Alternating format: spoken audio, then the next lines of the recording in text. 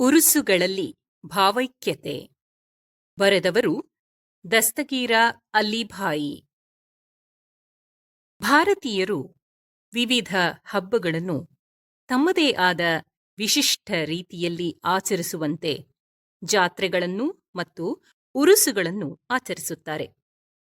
ಉರುಸುಗಳು ಹಿಂದೂ ಸಂಸ್ಕೃತಿ ಮತ್ತು ಮುಸ್ಲಿಂ ಸಂಸ್ಕೃತಿಗಳ ಮಧುರ ಮಿಲನದಿಂದ ಹುಟ್ಟಿ ಬೆಳೆದು ಬಂದವುಗಳಾಗಿವೆ.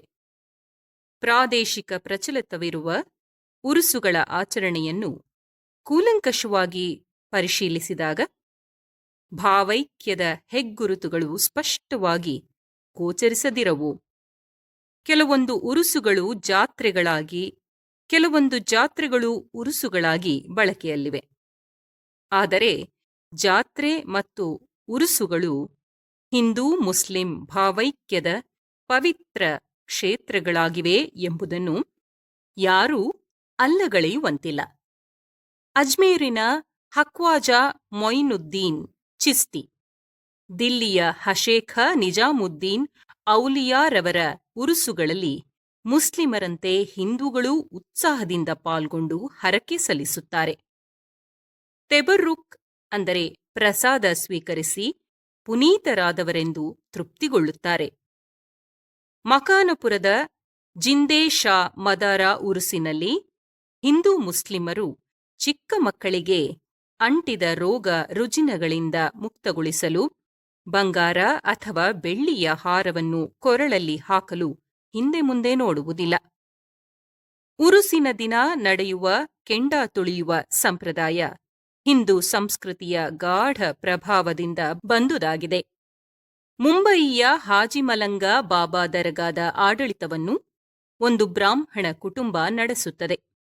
ದರ್ಗಾದಲ್ಲಿ ಮುಸ್ಲಿಂ ಸಂಪ್ರದಾಯದ ಜಿಯಾರತ್ನಂತೆ ಒಮ್ಮೆ ಫಾತೇಹಾ ನಡೆದರೆ ಇನ್ನೊಂದು ಹೊತ್ತಿನಲ್ಲಿ ಹಿಂದೂಗಳು ಲೋಬಾನದ ಹೊಗೆ ಹಾಕಿ ಪೂಜೆ ಮಾಡುತ್ತಾರೆ.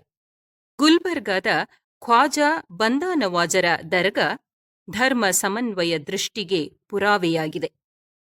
ಉರುಸಿನ ಹಿಂದಿನ ದಿನ ನಡೆಯುವ ಸಂದಲ್ ಮೆರವಣಿಗೆಯಲ್ಲಿ ಮಶಾಲ್ ಅಂದರೆ ದೀವಟಿಗೆ ಹಿಡಿಯುವ ಹಕ್ಕು ಹಿಂದೂ ಭಕ್ತರದ್ದೇ ಆಗಿದೆ.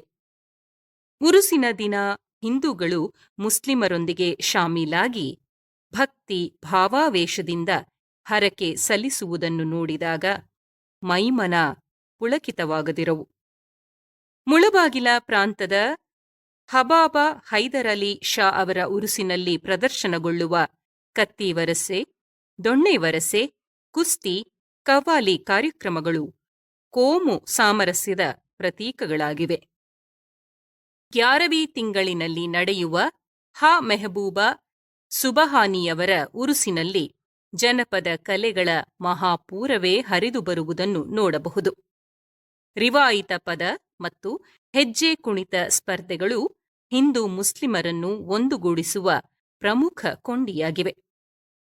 ಲಕ್ಷ್ಮೀಶ್ವರದ ದೂದಪಿರಾರ ಉರುಸಿನಲ್ಲಿ ಹೊರಡುವ ಸಂದಲ್ ಮೆರವಣಿಗೆ ಹಿಂದೂ ಬಾಂಧವರ ಮನೆಯಿಂದ ಪ್ರಾರಂಭವಾಗುವುದು ಭಾವೈಕ್ಯದ ಪ್ರತೀಕವಾಗಿದೆ.